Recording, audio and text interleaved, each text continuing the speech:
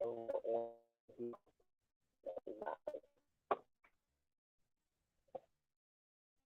have trash.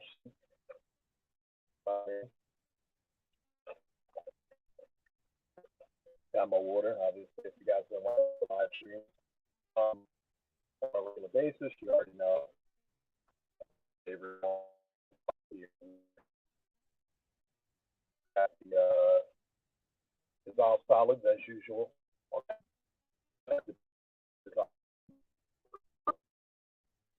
Has to have like as a um, water can be obviously alkaline or acidic, usually depending on the metal content that is inside of the water.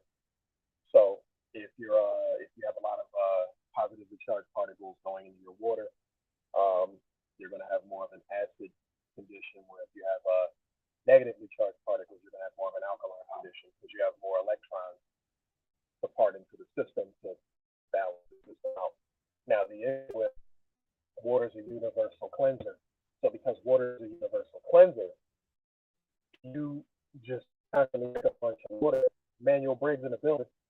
If you constantly drink too much water, um, especially if you've been properly hydrated, you want to flush the system of a lot of the minerals, which is why I always point to dissolved solids in there because when the mineral meets the water, the water get called,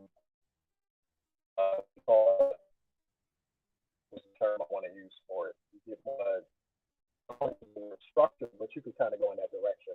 So when you have minerals in your water, your body, like sweat, tasteful, it's going to taste good. The reason it does that is because your body balances the flow of water within itself with mineralization. So you can't just chug away at water because if the water content in your body gets too high, your body moves around with minerals, so starts to strip your body of mineral content, and you start to your minerals because you're drinking a lot of water. So for those of you who ever take Dr. Yankee supplements, you always talk about water to mineralize the water and then drink water. So different minerals inside of the water that you put in your body. You know, I'm a little choppy. It might be my connection.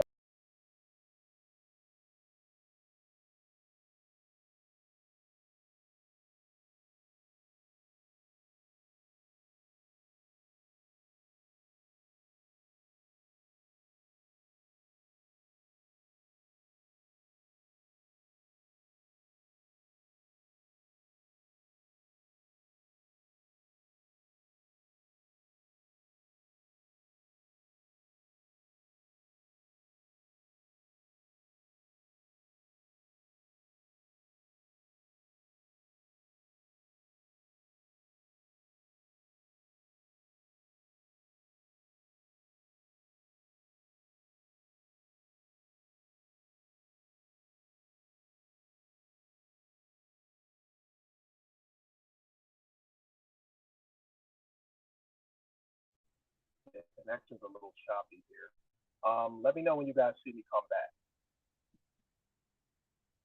I just changed my location a little bit to see if this helps. If it keeps cutting off, I'll try and do this at a different time because I am under. There's I guess you could say a shielded electronic overpass above me. So this might be one of those schools where they kind of block out the signal. So if you guys can tell that I'm here, let me know if I'm still choppy. Let me know if you can at least hear me very well. I know it takes time. There's a delay between what I say and when you guys actually get it. So, let me know. I might still be frozen on y'all, man. All right, you see me. Can you hear me well? Is the question. Hopefully the signal doesn't go out on me again.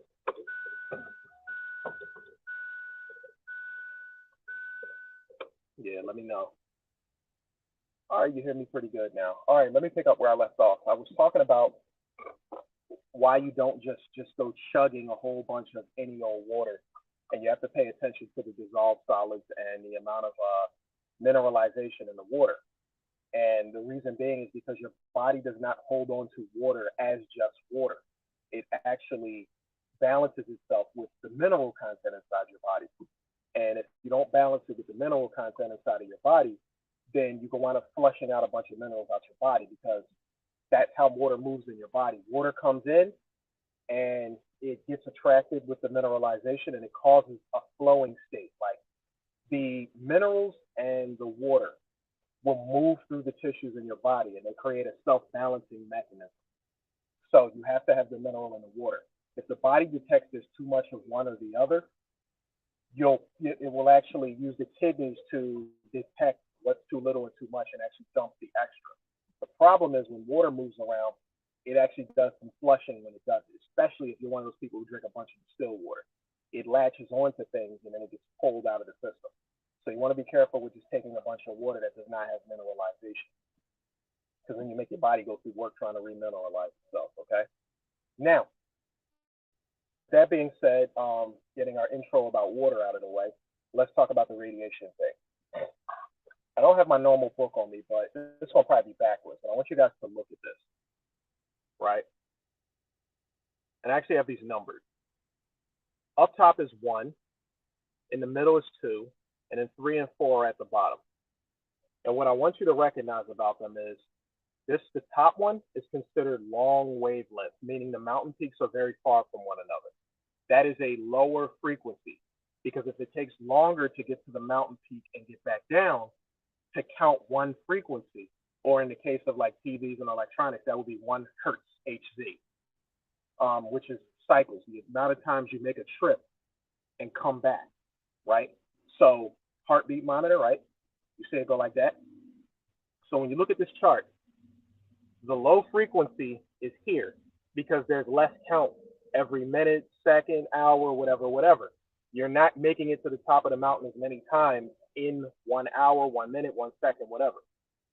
The middle one here is a higher frequency. You make it up to the top of the mountain a lot more times in a shorter period of time. And because of that, that's a higher frequency. So I count, if I have a short hill for you to run over, then you're going to get to the top of that hill and down it a lot more times in a certain period of time. So what you do is you take the amount of times a person makes it to the top of the mountain and come down and count it out how many times per second, per minute, whatever. So in the case of, let's say, a laptop, that's 60 hertz, meaning cycles per second. So if we were counting the mountain peaks up and back down, you're talking about making it to the top of the mountain and down 60 times in 1 second, okay? So now we elevate that point of view to the Wi-Fi signals, right? We always talk about 3G, 4G, 5G. Everybody's worried about, is it harmful? And if you go way back, you'll see that I did live streams on this in the past where I talked about different things, where I was showing you different perspectives of how people were coming from and why I understood those different perspectives. So the issue when it comes to radiation is you have to separate the ionizing from the non-ionizing. Wi-Fi signals, microwaves, radio frequencies, things like that are considered non-ionizing because they don't penetrate very deep to be able to cause any damage. You would have to have them in really huge amounts to even make them ionizing, which, according to the science, these systems don't come up enough. So yes, I know a lot of you guys saw the studies that we're putting out, but if you go and look at, remember, for everything you study to kind of help your point of view, study the things that don't help your point of view to know what the opposite argument is to see if that makes more sense. One of the best ways you can learn about radiation frequency is to study nuclear physicists and what they teach about nuclear radiation, because that shows you where the actual dangerous radiation is when you got the X-rays and the gamma rays and stuff like that. So here's how you look at it. The way I always explain radiation was, if I were to grab you by the collar, the neck, or even the cords or whatever, and I start shaking, right? And I shake a person a certain many times. Let's make it extreme. Let's make the example extreme. Let's say I grab you by the neck or the clothes and shake for an hour. If I shake you slowly for an hour, you'd be very annoying, but you can withstand it, recover from it. If you have to go through that every day, you could. This is the premise of the Wi-Fi signals. What can I use to produce technology in the world, advanced science, and not do harm. And there's percentages that come with that. Because remember, a lot of what is approved in the world is based on safe percentages of a thing. And anything that gets outside of safe percentages, you got to be, you got to have heavy regulation and be real cautious about it. If I were to talk about something like gamma radiation, imagine if I grabbed you by the clothes and violently shook one time real fast just to give you a taste, and then I violently shook you real fast constantly for an hour. And I'm talking about you speed it up, not like the first time where I grabbed you and I just go like for an hour. You get annoyed. But if I grab you and I violently shake, and I do it even faster and do it for a whole hour, this would be something like gamma. It is something that can do a lot of damage in a very short period of time.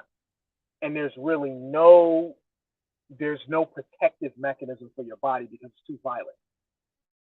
So a lot of times we look at what the body can do to protect us. We also look at the things out there that can harm us. But just like you have to keep a balance in the flow. What's that, Jeff? What's going on? You have to keep a balance in your perspective. The same way we know that we talk about melanin and UV radiation. UV radiation can do ionizing like damage. Why? Because there's only so much you can take. Hence why how much melanin you have is very important, right? Yeah, I mean, I was just explaining that when I first went live, Davida. I'm under a covering, and I hope that the connection doesn't drop, because once I start hearing pixelation and delay, then that sounds like I'm losing connection and it might knock out. It knocked out once already, and I changed my position, but I really can't go anywhere further because, I mean, at that point I'll be out of time. So hopefully it'll just hold up. Hopefully y'all catch and can see what it is I'm saying. Hopefully. So I'm gonna just keep going with what I got, right? So when we're talking about radiation, we'll talk about the ones that really matter to the crowd of people who are probably looking at this. The one that we brought up back when the 5G thing went big. So Wi-Fi signaling and the technology, right? The radio frequency type stuff, microwave radiation, what the scientists would call non-ionizing radiation. Then you got UV radiation, which is what gets us into the argument about melanin, black people versus white people, skin related, right? Because you're not talking about all melanin, because there's neuromelanin, and then you got pyomelanin, and you got allomelanin. You got different types for like plants, animals, people, and then the different parts that make us up. There's melanin in the hair, eyes, skin, neurons inside the body, because something has to be the transducer of the radiation, right? As long as you have a transducer of the radiation, you have a protective mechanism. And a transducer is no different than you as a human being living on Earth doing work on the Earth. How long can you continue to work, so to speak, before the parts have to be replaced, before the part actually dies out or whatever, right? Well, it's the same way inside your body. You have melanin. The more of it you have, the more workers, so to speak. So more or stronger radiation can come in, heavier radiation. And since there's so much more melanin, denser, it can grab a hold of that and take care of it, distribute it, and bring that level down in terms of its extreme energy capacity to the point where your body can use it or radiate it back out. So melanin is there as a protective mechanism, but there's limits to that, just like there's limits to everything. The melanin, if you're lighter skinned, you don't have as many active melanosomes or melanocytes in your body, so that when it's beating down on you, there's a point where they get tired. You don't have as many workers, so the workers that are there get tired, and they get tired faster when the amount of radiation beating down on them is higher, which is why when the temperature gets higher, you break up the ozone layer, you start to get, you can really feel it a lot more. So those with a higher amount of melanin content in their skin can withstand the UV radiation that comes from the sun, mainly UVB, some of UVC. You can withstand it a lot longer than somebody with lighter skin. So when we're talking about the ultraviolet, we kind of get into the melanin thing. When you're talking about Wi-Fi, you're not talking about an ionizing radiation. What makes something ionized? Ionizing is when the electrons, I hope you guys remember your high school studies about the atoms. and atoms have rings. Those rings have electrons in them. If something comes into that space that is highly charged and charged enough to ionize the electrons there and disrupt it or knock the electrons out of position, they destabilize themselves. And that destabilization is what causes the damage. Non-ionizing radiation doesn't have the energy state to cause that to happen. This is the counter argument that's been happening to a lot of the people in the holistic community who have been talking about the Wi-Fi radiation.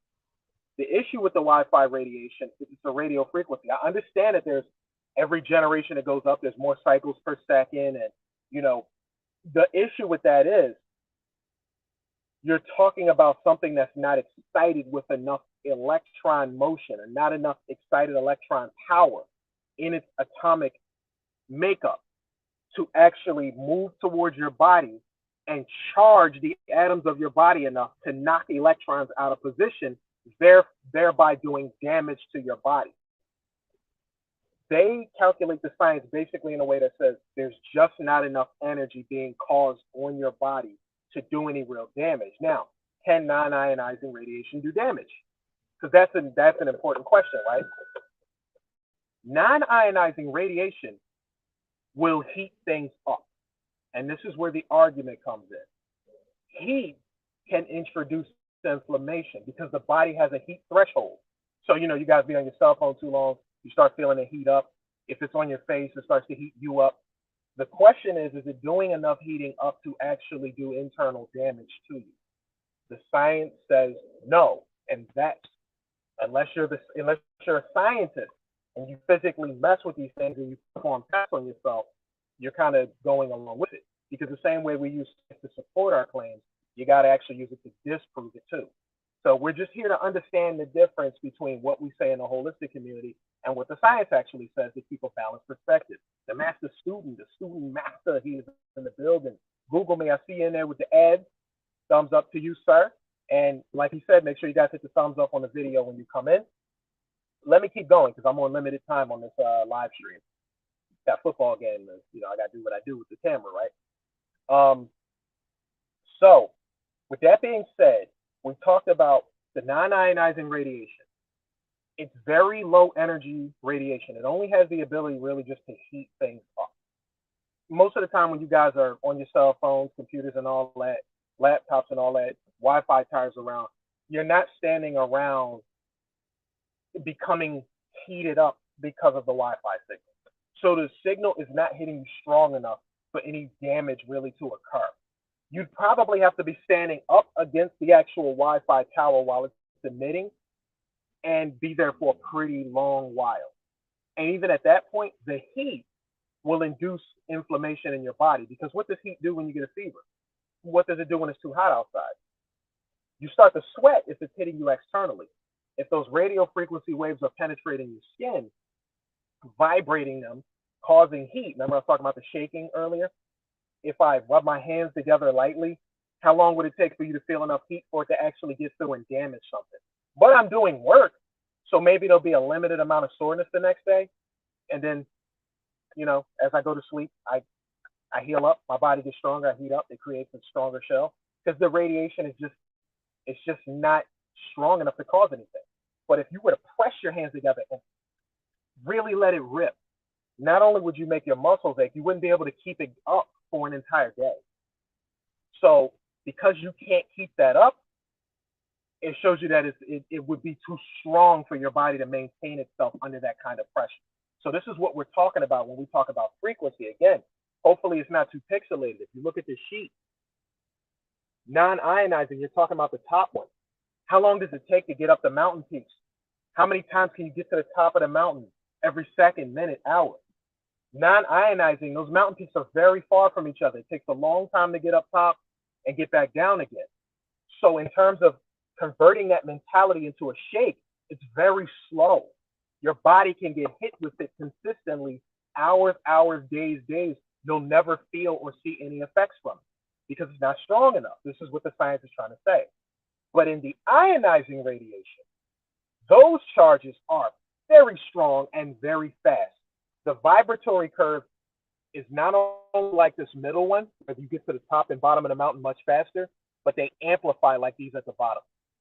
Imagine, imagine having 100 human beings standing kind of clutched together like this, and there's a small space to pass between them, and a fly goes between that line, and the fly is trying to knock y'all apart. It can't. It's going to bounce and bounce and bounce, and it's just not going to get anywhere. It'll be weakened and it'll be dead before it could cause any impact. That's kind of an analogy for non-ionizing radiation. Now, put a same group of people, make it 100, put them like this. They're kind of interlocked, but not completely. There's just a small path to get between them. Run a tank through them. That's what gamma radiation does. Gamma radiation comes plowing through. In the ionizing radiation field, there is so much energy that the atoms in your body and the things around it, the electrons in them. Remember, you need electrons to move through your body, creating electricity. When you breathe, it's the electrons in the oxygen being pulled in by the magnesium for you to have energy. The water, the hydrogen atoms, the food you break down, the electrons in the electron transport chain to create ATP. All of that stuff is creating electromotive force, electromagnetism within your body. You're a lit being. But when something stronger comes rolling through, and all the electrons in your body that's being held to keep you animated and alive is being bombarded and knocked out, that means you're taking your body from a negative charge, which in the world of science is electrified, to a more positive charge. And that positive charge, you're becoming rapidly oxidized. Free radical everywhere. Electrons being knocked out. Remember? How do you stop a free radical? When electrons get used, the protons moving around looking for a mate. Electrons, you get alkaline food. Electron comes in and pairs up and stabilizes. So if something comes in knocking the electrons out, you got a bunch of unpaired molecules in your body bouncing around, causing damage. And major radiation, high ionizing radiation, tears your system apart so fast, there is no body. You can talk about melanin, anything. Gamma is way stronger than UV.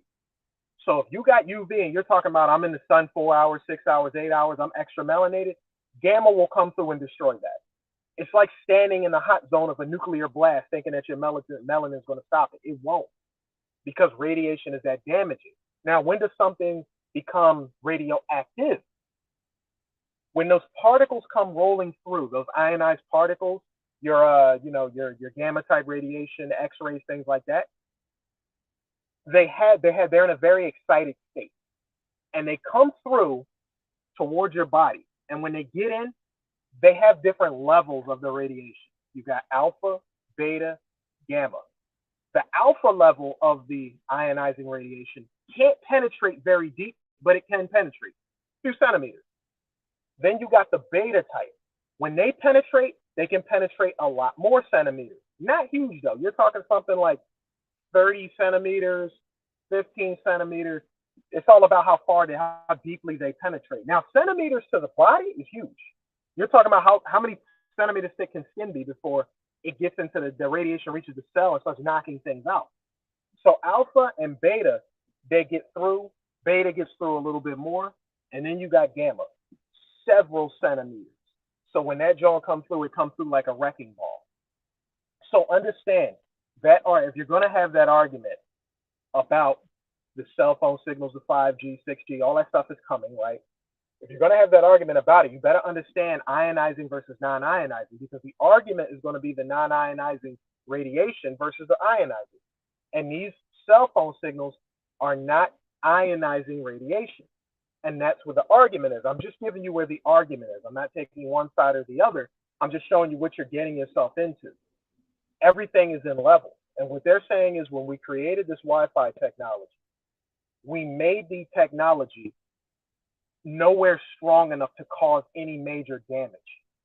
It's kind of like if someone told you, if you got someone arguing with you about eating meat, but when you read the back of the box, it talks about eating meat only once a month, but somehow culture says do it 3 times a day. You get breakfast meat, you get lunch meats, and then you get dinner, you get your meats there too, right? That's kind of what's being done.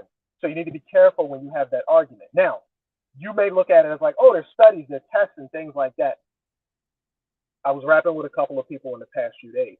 I was looking at the MIT lecture about that nuclear physics. Remember I said earlier you should study nuclear physicists.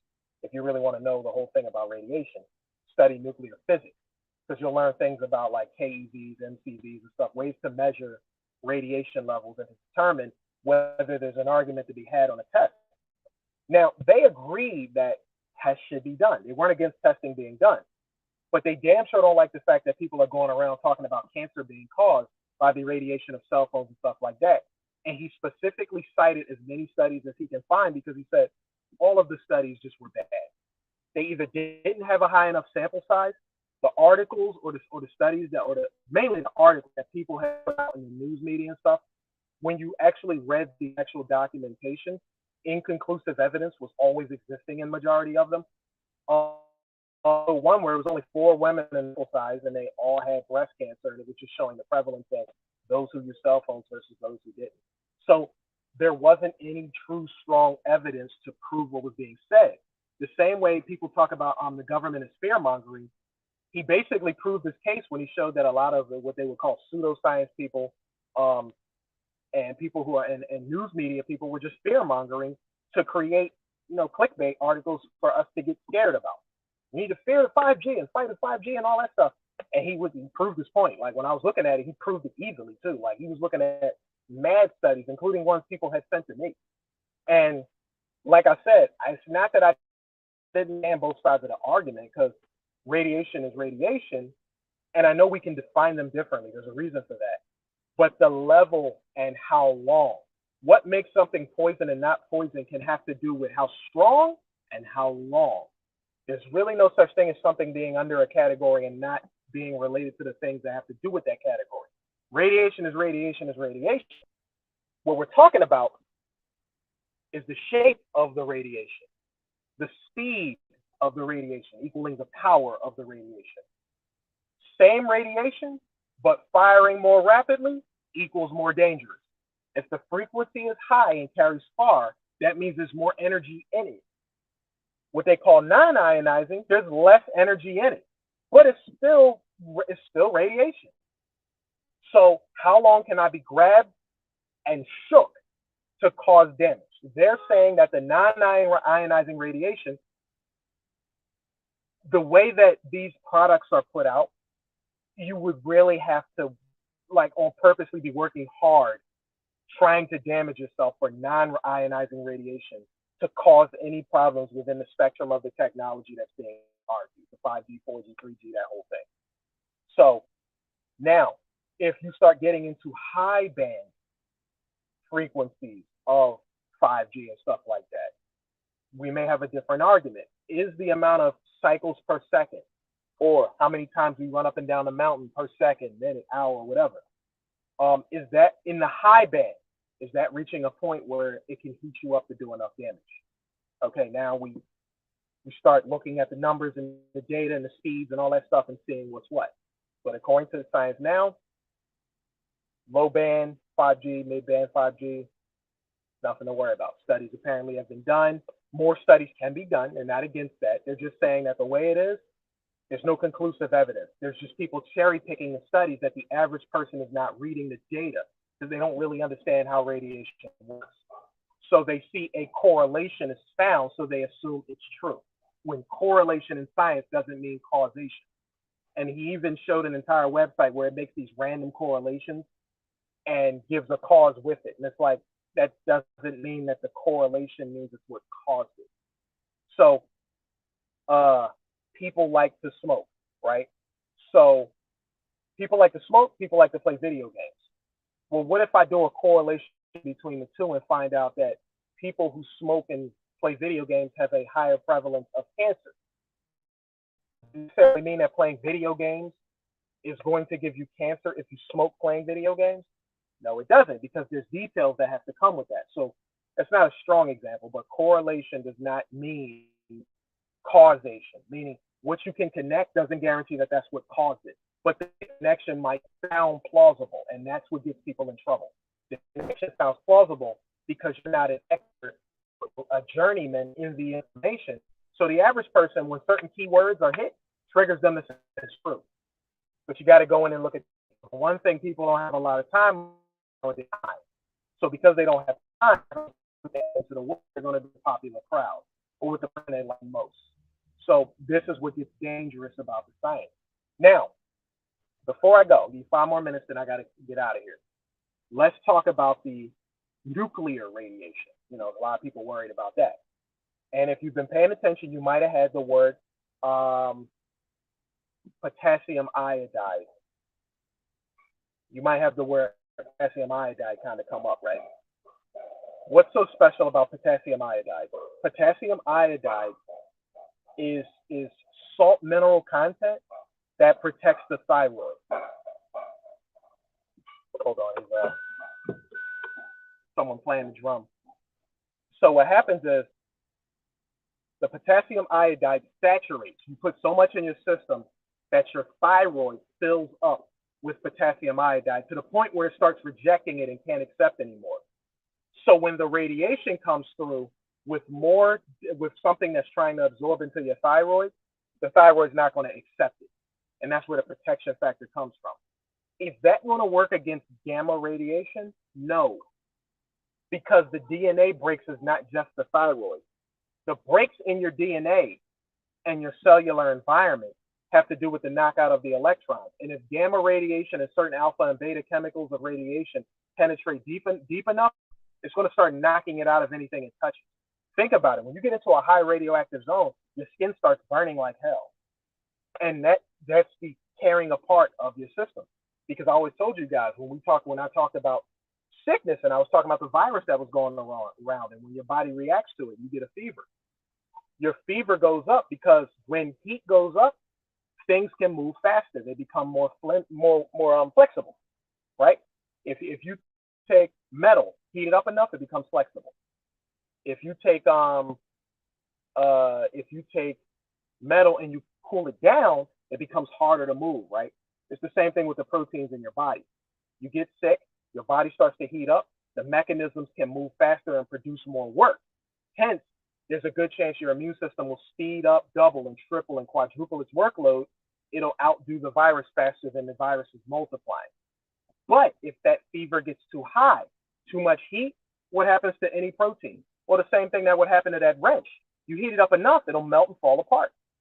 The mechanisms in the body that are connected, these are not like solid objects. These are just pieces coming together to make protein. You heat them up enough, they fall apart. And if shape performs a function and you knock the shape apart, the function stops. So imagine getting hit with a blast of something that's very hot, it'll just melt apart. So that's what radiation does to you. It rapidly melts you apart. The integrity of your body can't hold up to an energy state that high. We're not the Hulk, right? We're not what we see in comic books. The principles may apply, but we are not what we see in comic books. So that's the part that needs to be understood. That's what I wanted to bring to you guys' attention about radiation. The only thing that can stop a heavy radiological blast, like nuclear stuff, is layers and layers of lead. You would have to be covered. This is where bunkering comes from. You get hardened facilities made with certain strong metals and materials that when the radiation starts to penetrate, something stops it from moving. Remember I said that line of people is like a tank rolling through when gamma comes through? Well, when you get layers of heavy metal like lead, the radiation tries to penetrate and a certain distance through, it stops because it just can't, the energy level can't push it through anymore. So that's what would stop a situation like that. That's why when you start hearing about nuclear situations, people talk about building bunkers underground and shielding them with hardened material because it keeps the radiation from penetrating. Because that's what it's all about. What materials are you using and can the radiation penetrate it? Alpha, beta particles, we're talking centimeters. You're talking serious distance if you're talking about gamma. It's almost like saying if an alpha particle tried to penetrate, you might get that far. But to skin, that's a big distance. And in beta, you might double that. To skin, again, that's a big distance. So this makes all the radiological or ionizing radiation very dangerous. But gamma, you're talking about, man, you got to really have a shield to keep that thing from getting through. And that's what that's pretty much about, right? Yeah, like the Cheyenne Mountain where NORAD is located. Exactly. So guys, I'm out of time. I said this was going to be a short live when I put it out there. Remember, after the live is over, the comment section becomes available. Don't put it in the live chat because after the live stream is done, I don't go back through that. I go back through the comments after the event is done. So if there's any more things you want me to detail more and go over, I can do that when I got more time. Just put it in the comment section.